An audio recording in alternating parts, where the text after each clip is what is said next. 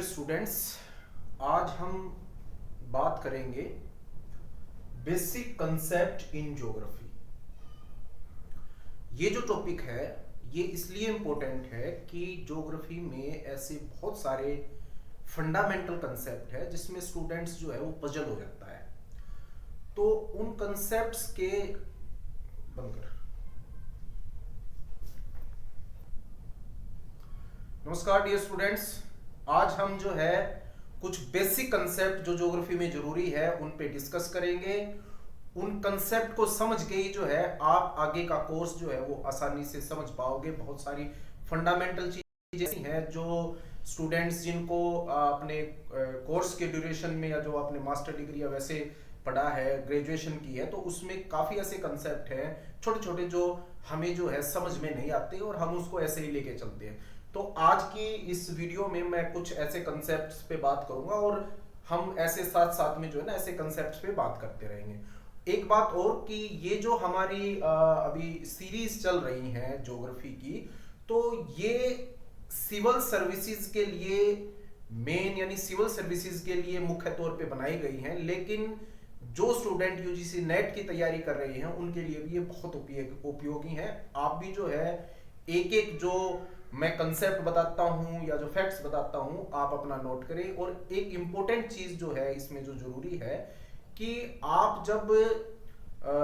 Note कर रहे हो कंसेप्ट्स को, तो केवल यहां लिखी गई बात ही नहीं, जो मैं बात बोल रहा हूं वो भी आपको नोट करनी है, क्योंकि मेरी हर जो एक जो वर्ड होगा वो कहीं ना कहीं बहुत ज्यादा मैंने समझ के या फिर अलग अलग बुक्स को कंसल्ट करके जो है ये लेक्चर तैयार किया है। तो आप केवल यहां लिखी चीज को ही नहीं बल्कि जो मैं बोल रहा हूं उस हर एक चीज को जो है नोट करने की, समझने की कोशिश करें। आप जो है वीडियो को जो है रोक के या पीछे ले जाके किसी चीज को समझ सकते हैं या नोट कर सकते हैं। चलिए आज बात करते हैं कुछ बेसिक कंसेप्ट पे, जिसमें सबसे पहले है स्पेस। ओके, एक चीज और, हो सकता है ये जो वीडियो है इसकी क्वालिटी बहुत अच्छी ना हो, लेकिन यहां मेरा उद्देश्य जो है वो वीडियो की क्वालिटी अच्छी देना नहीं है। मेरा उद्देश्य है कि ये जो कंसेप्ट है वो अच्छे से आपको कराना। तो आप वीडियो की क्वालिटी पे नहीं बल्कि कंसेप्ट पे आइए, ठीक है। चलो, स्पेस जो है बहुत ही फंडामेंटल ज्योग्राफी का कंसेप्ट है और बहुत बार जो है मैं जब लेक्चर भी देता हूं तब भी मैं इसके बारे में डिस्कस करता हूं। वो स्टूडेंट्स जिन्होंने मेरे लेक्चर सुने हैं शायद हो सकता है वो इस ये कंसेप्ट उनको क्लियर हो, लेकिन फिर भी जो है मैं दोबारा से इस कंसेप्ट पे आ रहा हूं कि स्पेस जो है वो क्या है।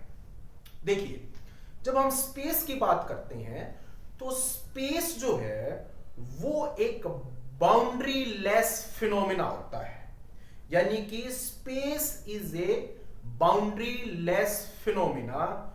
अब ये क्या है बाउंड्री लेस फिनोमिना का मतलब? कि स्पेस जो है एक ऐसा फिनोमिना है, एक ऐसा दर्शावली है जिसकी बाउंड्री नहीं होती है। और इसी बाउंड्री लेस फिनोमिना में इवेंट्स जो हैं और जो जितने भी जो ह्यूमन फिजिकल जो प्रोसेस हैं वो घटित होते हैं। यानी कि space is a boundaryless phenomena which events like human and physical have occur. यानी कि स्पेस जो है वो एक ऐसा फिनोमिना है जिसकी बाउंड्री नहीं होती है और जो हर जगह फैला हुआ है, जिसमें हम अपना जीवन यापन करते हैं। सारे फिजिकल प्रोसेस होते हैं, चाहे वो आपका माउंटेन्स हैं, चाहे वो रिवर्स हैं, चाहे वो जो है आपकी विंड्स हैं, चाहे वो ट्रांसपोर्टेशन है, सिटीज है। हम सारा जितना भी आप ये दृश्य संसार देख रहे हो ये सारा इसी स्पेस में जो है वो पाया जाता है और इसी स्पेस में मूवमेंट करता है एक चीज के साथ जुड़ के, वो है time.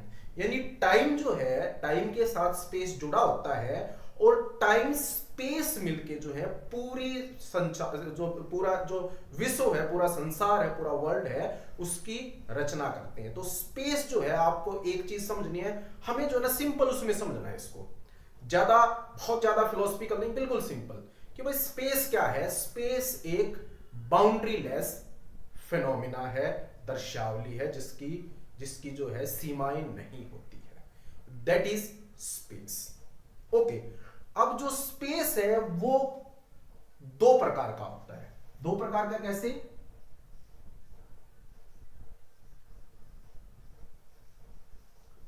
Absolute space, absolute space, और दूसरा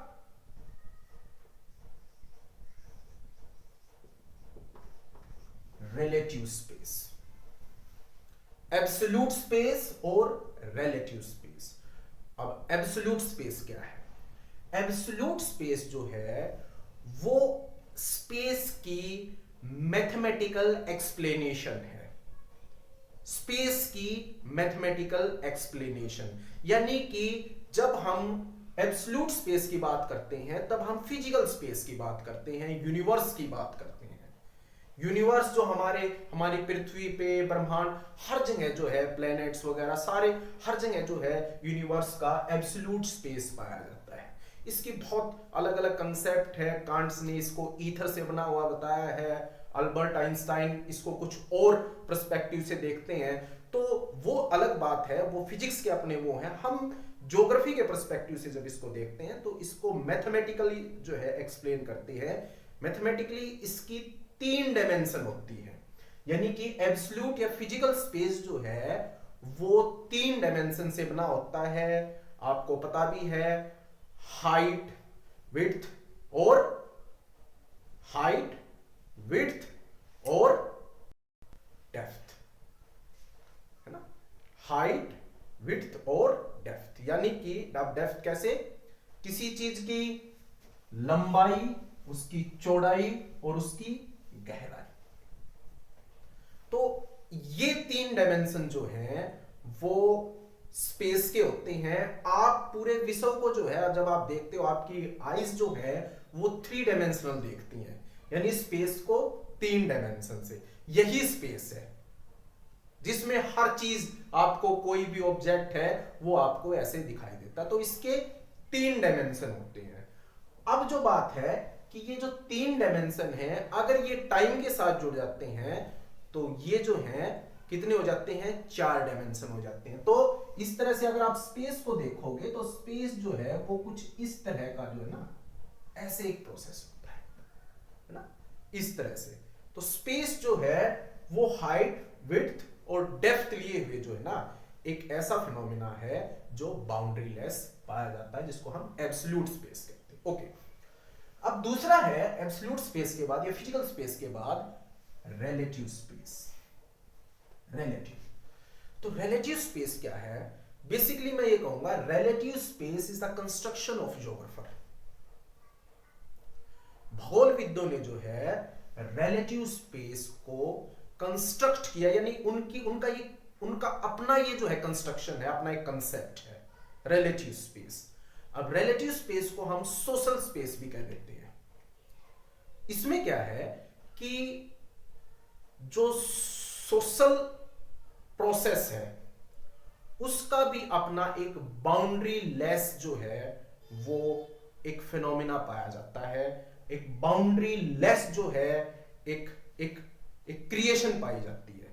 अब ये कैसे कि इसमें जो है, इसमें भी रिलेटिव स्पेस में भी अलग अलग जो है आप इसको बांट सकते हो। जैसे इकोनॉमिक स्पेस है, पॉलिटिकल स्पेस है, सोशल स्पेस है। मैं एक एग्जांपल दूंगा ताकि आप रिलेटिव स्पेस को अच्छे से समझ पाओ। देखिए, पॉलिटिकल स्पेस जो है, जब हम पॉलिटिकल स्पेस की बात करते हैं तो उसमें आप समझने की कोशिश करना कि जैसे मैं ये एक बात कहूं कि भाई हमारे जो हैं वो प्रधानमंत्री जी हैं नरेंद्र मोदी जी। तो नरेंद्र मोदी जी जो हैं उनका जो इन्फ्लुएंस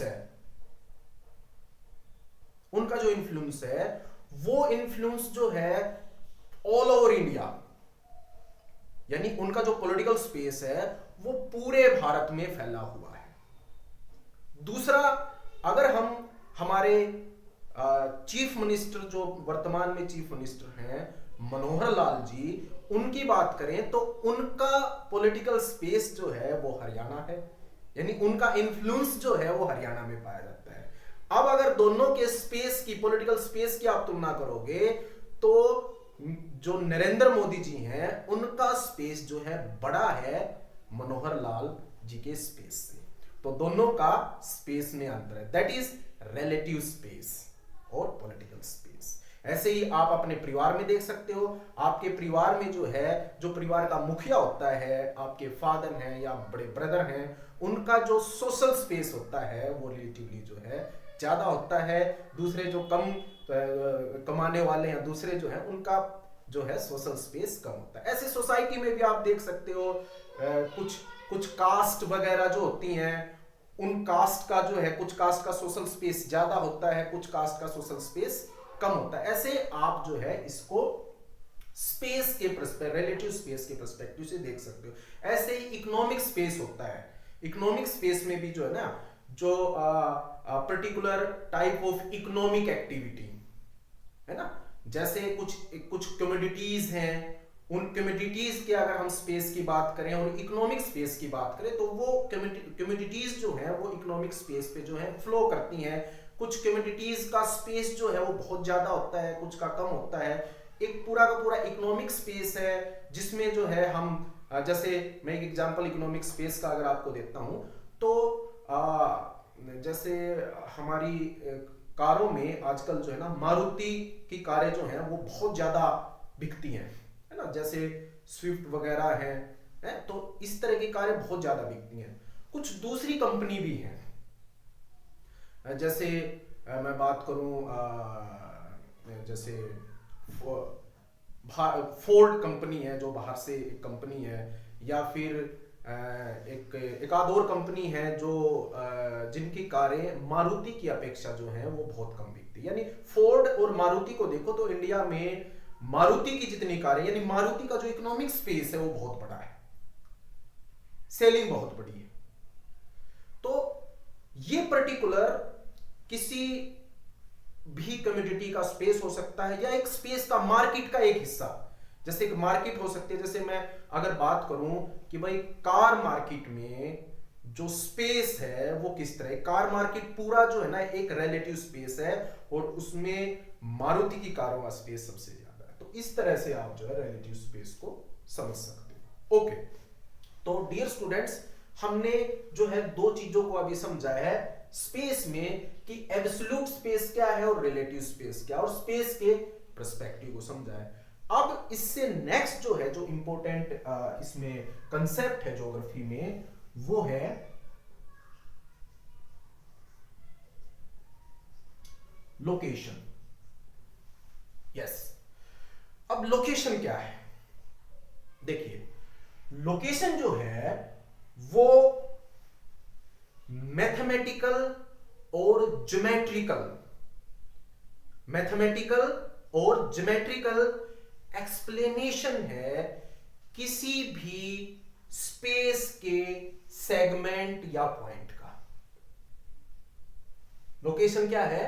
लोकेशन स्पेस के किसी भी सेगमेंट या पॉइंट का मैथमेटिकल एक्सप्लेनेशन है। अब मैथमेटिकल एक्सप्लेनेशन हम इसको कैसे कह सकते हैं, मैं थोड़ा सा इसको और एक मैंने हिंदी में थोड़ा सा इसको लिखा है, आप इसको भी देख सकते हो कि लोकेशन जो है कोई हिस्सा या बिंदु जिसकी स्थिति को हम गणितीय और ज्यामितीय रूप से दर्शाते हैं उसको हम अवस्थिति या लोकेशन कहते हैं। यानी कि लोकेशन का मतलब सीधे तौर पे स्पेस के ही एक हिस्से को या बिंदु को जब हम पिन पॉइंट कर लेते हैं और उसको हम मैथमेटिकली एक्सप्लेन करते हैं। मैथमेटिकली एक्सप्लेन कैसे? कि ये जो बिंदु है इसका लॉन्गिट्यूड और लेटीट्यूड ये है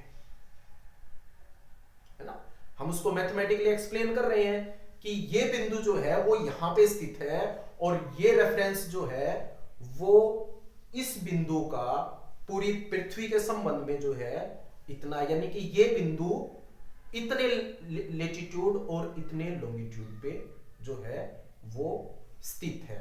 इसको हम लोकेशन कहते हैं, है ना। हमने मैथमेटिकली डिफाइन कर दिया है, और मैथमेटिकली डिफाइन कैसे है उसके लिए आप देख भी सकते हो कि कोई भी जो हम पूरी पृथ्वी है उसको हमने लेटीट्यूड और लॉन्गिट्यूड में बांटा हुआ है, और वो लेटीट्यूड लॉन्गिट्यूड जो है वो किसी प्रोजेक्शन को फॉलो करते हैं।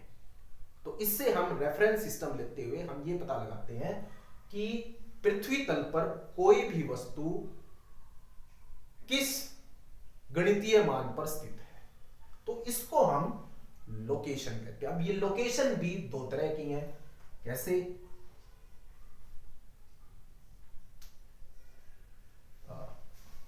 चलो कोई बात नहीं, रिलेटिव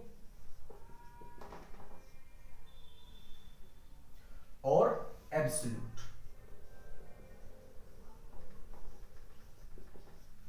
ठीक है, अब देखो जैसे ये एब्सोल्यूट रिलेटिव, ये भी एब्सोल्यूट रिलेटिव दो ही प्रकार की, क्योंकि ये it's a part of space, तो स्पेस का पार्ट है, तो ये भी दो प्रकार की है। अब दो प्रकार की कैसे? कि एब्सोल्यूट लोकेशन जो है बेसिकली कोई भी सेगमेंट ऑफ स्पेस जिसको हम लेटीट्यूड और लॉन्गिट्यूड से दर्शाते हैं, एब्सोल्यूटली ये बताते हैं कि ये इस लॉन्गिट्यूड और इस लेटीट्यूड पे स्थित है, तो इसको हम एब्सोल्यूट लोकेशन कहते हैं। लेकिन जब हम किसी स्थान को, जैसे हम जींद को बता रहे हैं कि भाई जींद जो है ना इतनी लेटीट्यूड और इतने लॉन्गिट्यूड पे स्थित है, तो ये तो बन गई एब्सोल्यूट लोकेशन। लेकिन जब हम ये बताएं कि जींद जो है वो रोहतक से 55 किलोमीटर वेस्ट की तरफ स्थित है ना, जींद रोहतक से 55 किलोमीटर वेस्ट की तरफ स्थित है, तब हम बता रहे हैं इसकी रिलेटिव लोकेशन। यानी कि रिलेटिवली जो है हम ये बता रहे हैं कि पर्टिकुलर जो लोकेशन है वो दूसरी लोकेशन से कहां पे, यानी इसको मैं और थोड़ा सा टेक्निकली बताऊं कि पर्टिकुलर सेगमेंट ऑफ स्पेस, कोई सेगमेंट ऑफ स्पेस है वो दूसरे सेगमेंट ऑफ स्पेस से कहां पे स्थित है, तो इसको भी हम यूज करते हैं, रिलेटिव लोकेशन को भी हम यूज करते हैं और एब्सोल्यूट लोकेशन को भी हम यूज करते हैं। ओके, अब लोकेशन और स्पेस के बाद अगला जो पॉइंट आता है वो आता है प्लेस। प्लेस, देखिए प्लेस, अब प्लेस जो है वो बहुत सिंपल सा कंसेप्ट है, उसमें बहुत ज्यादा सोचने की जरूरत नहीं है। क्या है प्लेस को जब हम डिफाइन करें तो place describe the physical and human characteristics of any location on earth. अब इसको सिंपली हम प्लेस को ऐसे भी डिफाइन कर सकते हैं कि जब हम स्पेस या लोकेशन, स्पेस या लोकेशन का को जो सेगमेंट ऑफ स्पेस या लोकेशन को अगर हम नाम दे दें, सिंपली अगर हम स्पेस या लोकेशन को कोई नाम दे दें तब वो प्लेस बन जाता है। यानी प्लेस कैसे बनता है कि स्पेस का कोई सेगमेंट या लोकेशन अगर उसको हम कोई नाम दे देते हैं, नोमेनक्लेचर उसका कर देते हैं, तब वो जो है प्लेस बन जाता है। यानी प्लेस बनने के लिए कहीं ना कहीं वो ह्यूमन जो है, ह्यूमन की जो क्रिएटिविटी है वो उसमें जरूरी है। ह्यूमन के जो है ना रिलेशन, उसका इंटरेक्शन, उसका इमोशन जो है, वो सारी चीजें जो है इसमें इससे जुड़ी हुई होती हैं, तब वो जो है प्लेस बनता है। तो ये प्लेस का जो है वो कंसेप्ट है। नेक्स्ट,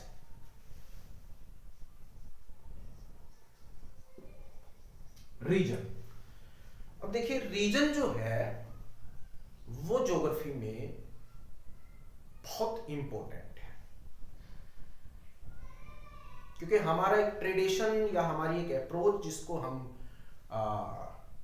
रीजनल अप्रोच भी कहते हैं, वो इससे जुड़ी हुई है। और ज्योग्राफी जो है उसको रीजनल साइंसेस भी कहा जाता है।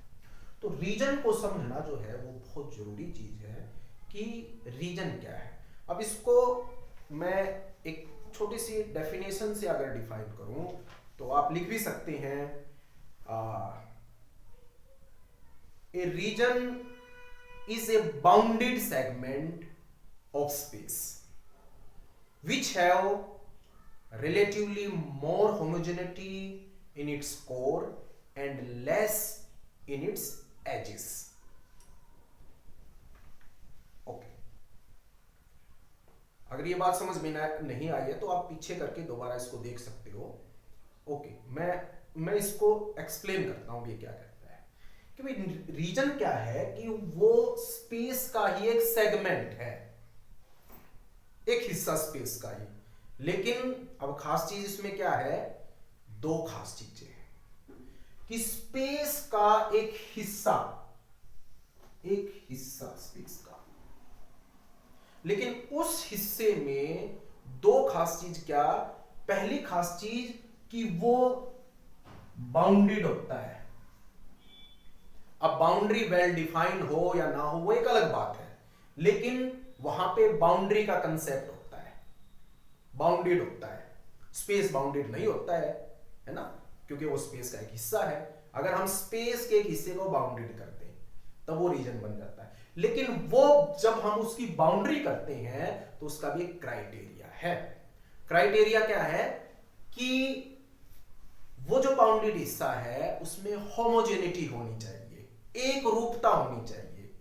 एक रूपता किसी एक भौगोलिक तत्वों में, ज्योग्राफिकल एलिमेंट में, जैसे टेम्परेचर है, पॉपुलेशन है, लैंग्वेज है, या फिर जो है फॉरेस्ट एरिया है, प्लांट्स वगैरह है। तो किसी एक ज्योग्राफिकल एलिमेंट में जो है वो होमोजेनिटी होनी चाहिए। और ये होमोजेनिटी, आगे बात क्या है, ये होमोजेनिटी उसके कोर में, जो उसका कोर है उसके कोर में सबसे ज्यादा होती है। और जब हम एजेस की तरफ जाते हैं, किनारों की तरफ जाते हैं, किनारों की तरफ, तो वो कम होती चली जाती है। इसी को हम जो है रीजन कहते हैं। अब रीजन भी बेसिकली जो है उसको कई भागों में डिफाइन किया गया है, क्योंकि ये अपने आप में एक अलग ही टॉपिक है। कभी फिर इस पे हम और ज्यादा अच्छे से बात करेंगे। लेकिन मोटे तौर पे मैं बताऊं कि रीजन को जो है हम अलग अलग पर्सपेक्टिव से अलग अलग उसमें बांट सकते हैं। जैसे रीजन को हम जो है एक पर्सपेक्टिव में हम जब बांटते हैं तो फिजिकल रीजन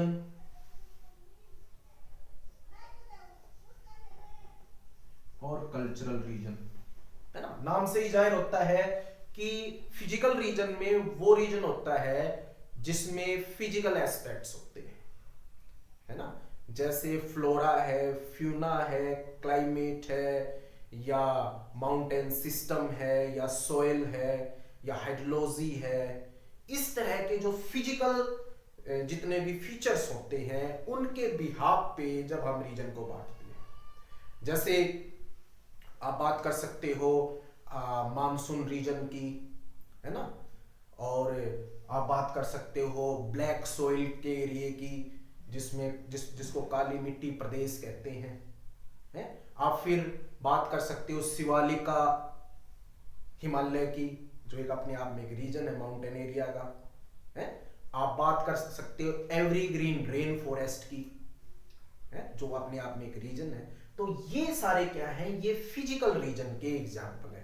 ऐसे अगर हम कल्चरल रीजन की बात करें तो उसमें जो भी ह्यूमन से जुड़े हुए रीजन है, जैसे पॉपुलेशन है ना, जैसे हाई डेंसिटी पॉपुलेशन का रीजन है कोई, है, या फिर लिंग्विस्टिक कोई रीजन है, जैसे पंजाबी बोलने वाले लोग हैं तो पंजाब का एरिया है, यहां पे पंजाबी बोली जाती है। हरियाणवी बोलने वाले लोग हरियाणा के एरिया, तो ये हरियाणवी रीजन है, वो पंजाबी रीजन है। तो ऐसे हम कल्चरल रीजन को इसमें डिफाइन कर सकते हैं। ओके, इसका एक और पर्सपेक्टिव होता है रीजन को डिफाइन करने का। इसमें मैं आगे अगर बात करूं तो अगला पर्सपेक्टिव इसमें ये हो सकता है कि हम इसको डिफाइन कर सकते हैं कैसे, formal reason.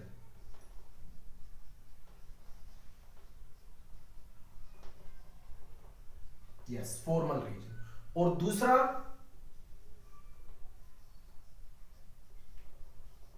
Functional reason.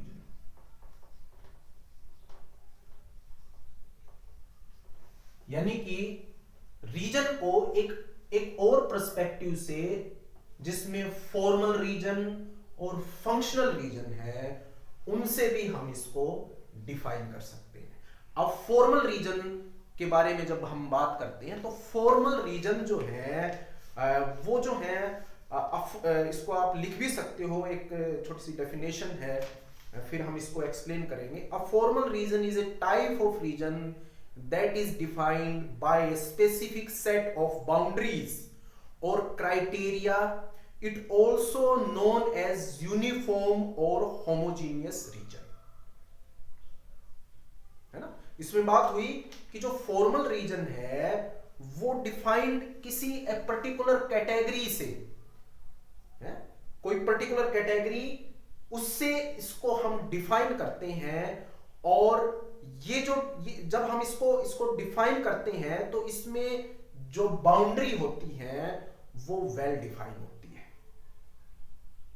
Boundary well define होती है। अब कैसे, जैसे फॉर्मल रीजन के बारे में हम एग्जांपल से इसको समझ सकते हैं कि कोई प्रदेश है, जैसे अभी हमने बात की, जैसे मैं बात करता हूं सेमी एरियड रीजन। जैसे अगर हम हरियाणा को देखें तो हरियाणा में एक रीजन पाया जाता है जिसको सेमी एरिड रीजन कहते हैं, अर्धमरुस्थलीय प्रदेश। आप जानते भी होंगे कि हरियाणा में अर्धमरुस्थलीय प्रदेश हम किस प्रदेश को कहते हैं, किस हिस्से को कहते हैं हरियाणा के। हरियाणा का जो दक्षिणी हिस्सा है उसमें ये प्रदेश जो है की बाउंड्री पाई जाती है, अर्धमरुस्थलीय प्रदेश, जिसको हम सेमी एरिड रीजन कहते हैं। ऐसे ही आप किसी क्लाइमेटिकल रीजन को ले सकते हो, कोई पर्टिकुलर, जैसे मेडिटेरियन टाइप क्लाइमेट, जो केवल मेडिटेरियन, अब उसकी बाउंड्री जो है ना वेल डिफाइंड है, मेडिटेरियन, यूनिफॉर्म, यानी कि ये जो रीजन है ये फॉर्मल रीजन है, इसको हम यूनिफॉर्म या होमोजीनियस रीजन भी कहते हैं, है ना। आप किसी लैंग्वेज पे ले सकते हो, है ना, जैसे तेलुगु भाषी प्रदेश है या मराठी भाषी प्रदेश, तो उनकी बाउंड्री जो है वो वेल डिफाइन है और यूनिफॉर्मिटी है वहां पे, तो इसको हम फॉर्मल रीजन जो है वो कहते हैं।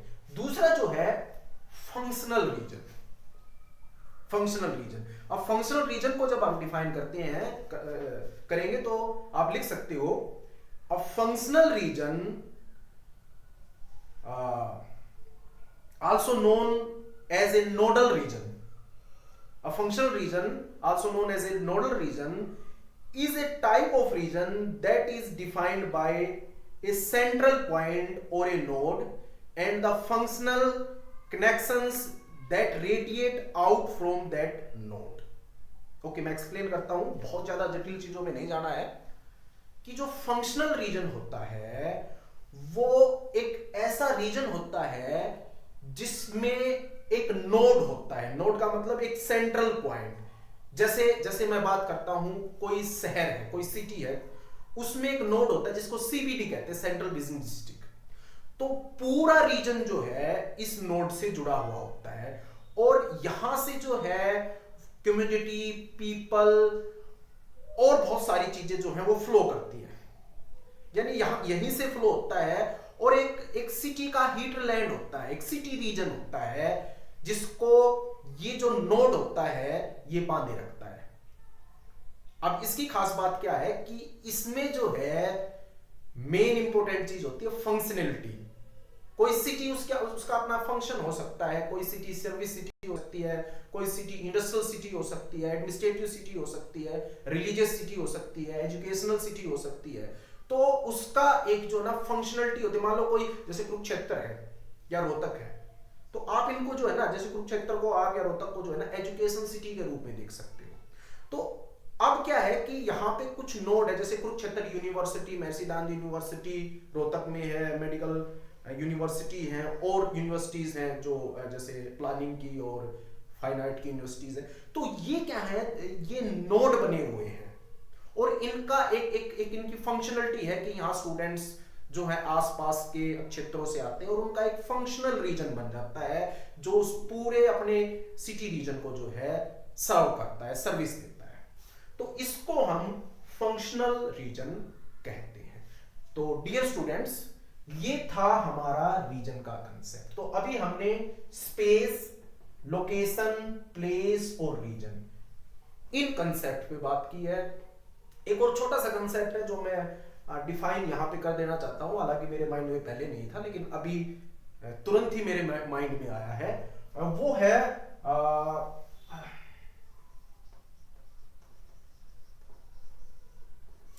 Geographical centre. Geographical centre, okay, मैंने दोबारा से, यस,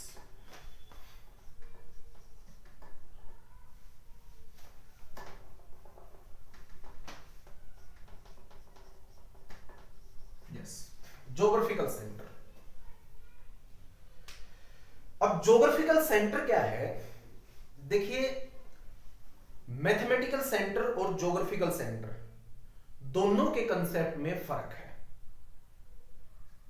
मैथमेटिकल सेंटर या ज्योमेट्रिकल सेंटर जो है वो कोई भी किसी भी प्रकार का रीजन है, चाहे वो रेक्टेंगल है, चाहे वो स्क्वायर में है, चाहे वो सर्कल में है, चाहे वो इरेगुलर शेप में है, किसी भी शेप में है, तो उसके जो ज्योमेट्रिकली बिल्कुल बीच का जो पॉइंट है, जैसे मान लो ये सर्कल है, इसके बिल्कुल बीच का point, that is geometrical centre. ये ज्योमेट्रिकल सेंटर होता है। लेकिन ज्योग्राफिकल सेंटर जो है जरूरी नहीं बीच में ही हो। ज्योग्राफिकल सेंटर जरूरी नहीं बीच में ही हो। क्यों? क्योंकि ज्योग्राफिकल सेंटर जो है वो डिपेंड करता है फंक्शनलिटी पे। जैसे मान लो कोई शहर है, ये जरूरी नहीं शहर के बिल्कुल बीचों बीच ही जो है उसका ज्योग्राफिकल सेंटर हो। यानी आप सोचो कि भाई शहर के बीचों बीच लेगा फीता खड़े हो जाओ और देखा है माप का कि ये सेंटर है, नहीं, ऐसा नहीं है। वो क्या होता है, जहां पे सबसे ज्यादा एक्टिविटीज पाई जाती हैं, सोशल, इकोनॉमिक, पॉलिटिकल, इसमें जो इकोनॉमिक एक्टिविटीज हैं उनका थोड़ा सा ज्यादा वेटेज रहता है। तो जहां पे इकोनॉमिक एक्टिविटीज या ह्यूमन एक्टिविटीज सबसे ज्यादा पाई जाती हैं, उसी को हम किसी भी कोई भी रीजन है उसका जो है ज्योग्राफिकल सेंटर कहते हैं। ये जरूरी नहीं यहां हो सकता है सेंटर यहां हो है? या यहां की बजाय वो यहां भी हो सकता है ना। आप सीबीडी का आपने कंसेप्ट पढ़ा, सेंट्रल बिजनेस डिस्ट्रिक्ट, तो उसमें सेंट्रल बिजनेस डिस्ट्रिक्ट जो है वो सिटी के किसी भी हिस्से में हो सकता है जहां पे उसका ओरिजिन होगा, जहां पे ह्यूमन एक्टिविटीज सबसे ज्यादा पाई जाती है। तो ये कंसेप्ट भी आपको ध्यान रखना है कि ज्योग्राफिकल सेंटर जो है वो ज्योमेट्रिकल सेंटर से एक अलग कंसेप्ट है। तो डियर स्टूडेंट्स, आज हमने ये कुछ कंसेप्ट जो है जो बहुत इंपॉर्टेंट थे वो पढ़े हैं। आई होप कि जिन स्टूडेंट्स को ये कंसेप्ट नहीं पता थे उनको ये कंसेप्ट भी पता लगे हैं, और दूसरा जिन स्टूडेंट्स को थोड़ा बहुत पता था उनको भी ये क्लियर हो चुके हैं। तो आपको बस वीडियो को जो है अच्छे से देखना है, मेरी एक एक बात को नोट करना है, क्योंकि इंपॉर्टेंट जो है वो कंसेप्ट हैं, जो फैक्ट्स हैं वो सारे आपके बुक्स में जो है भरे पड़े हैं। यही एक टीचर का जो मेन अगर आप कहें कि उसका जो रोल है वो क्या होता है कि जो बात लिखी गई है बुक्स में या कहीं भी, जो बात है वो बात एग्जैक्ट सही रूप से प्रस्तुत करना ही जो है उसका रोल होता है। बस कि वो चीज कैसे है। कई बार हम बुक पढ़ लेते हैं, हो सकता है हमने कोई टॉपिक पढ़ लिया, ठीक, हमने सोचा कि हमने ये पढ़ लिया है, लेकिन वास्तविकता में कई बार ये होता है कि चीज कुछ उसमें अलग दी होती है और हम कुछ अलग समझ रहे होते हैं और लिख कुछ, फिर हम लिखेंगे कुछ अलग। तो ये भी है ना, हमने तो सोच लिया कि भाई पढ़ लिया, ठीक है, क्लियर हो गया। नहीं, ऐसा नहीं। यही रोल टीचर का होता है जो मैं अभी निभा रहा हूं। आपको मैं जो कंसेप्ट बताता हूं, मैं जो जो एक एक बात बताता हूं, वो बात नोट कर लेनी है, समझ लेनी है। बार बार देखो इसको, वीडियो को, अगर आपको नहीं समझ में आए तो 2 बार 3 बार, ठीक है ना। बाकी फैक्ट्स जो हैं आप कहीं से पढ़िए, बुक्स बहुत सारी हैं, बहुत सारी बुक है, कोई बुक उठाओ जो भी आपको स्टैंडर्ड बुक लगे, उसमें से फैक्ट्स नोट कीजिए। कंसेप्ट जो है वो आप समझने की कोशिश कीजिए, और कंसेप्ट अगर आपको समझ में आ गए, फिर आपको बार बार चीजों पे जाने की जरूरत नहीं है। बस एक बार फैक्ट्स आपने देखे, आप ताउम्र जो है उस चीज के माहिर बन जाओगे। ठीक है, ओके।